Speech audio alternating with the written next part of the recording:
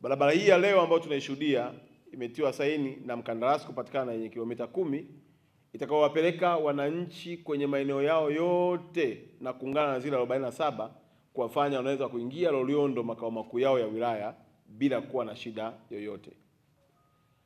Lakini hii ni sehemu tu ya barabara ambayo si tu kwa ajili ya kuwapeleka wananchi kwenye ofisi zao za wilaya, lakini pia nafungua lango kubwa la uchumi kupitia usafirishaji na usafiri kwa wananchi. Ziko barabara zingine ambazo zinakwenda kujengwa katika mkoa wetu ambazo zinaenda kutangazwa sio muda mrefu, na zingine tayari zimeshatangazwa na mkataba umeshasainiwa, ikiwemo pamoja na hii barabara yenye urefu wa kilomita 7 ambayo itakuwa ni ring road nyingine kubwa katika mkoa wetu. Kilomita 70 sio mchezo, na zinaanzia pale kwa Mlombo, zinaenda Bondeni City kwenye roundabout pale, inaenda mpaka kule JKT Olojoro, inakuja kuzunguka mpaka kuja kutokea huku Fine Retreat Mshono. Ni barabara muhimu ya kimkakati itakayowezesha sasa wananchi wa jiji la Arusha kuwa na mawasiliano yenye miundombinu kwa kuitumia sasa TARURA kutengeneza hizi barabara ndogo tunaziita feeder road.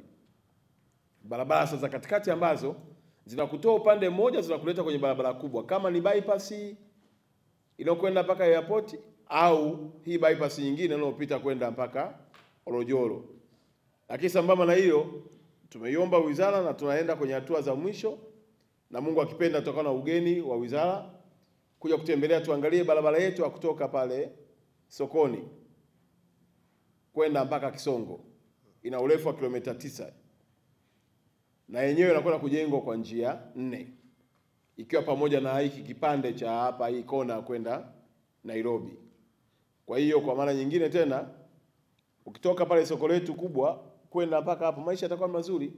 Rai yangu kwa wananchi wa mkoa wa Arusha, tuhakikishe panapopita barabara basi na sisi tumeshirikiana na Wizara ya Ardhi kupanga makazi yetu.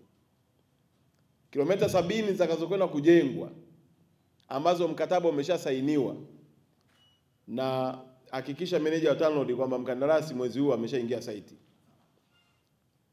Tuhakikisha kwamba na sisi wananchi kote huko kwenda mpaka Olojoro tuyapime maeneo yetu vizuri, tushirikiane na halmashauri kuyapima ili tuwe na mji uliopangika. Kwa ndugu zangu wakandarasi mnaopata kazi kwenye mkoa huu, sio tu nyinyi, hata wale wengine, pale ambapo umeleta certificate unaona hujapata malipo yako kwa wakati, usisimame ukaondoa vifaa. Wasiliana na mamlaka husika.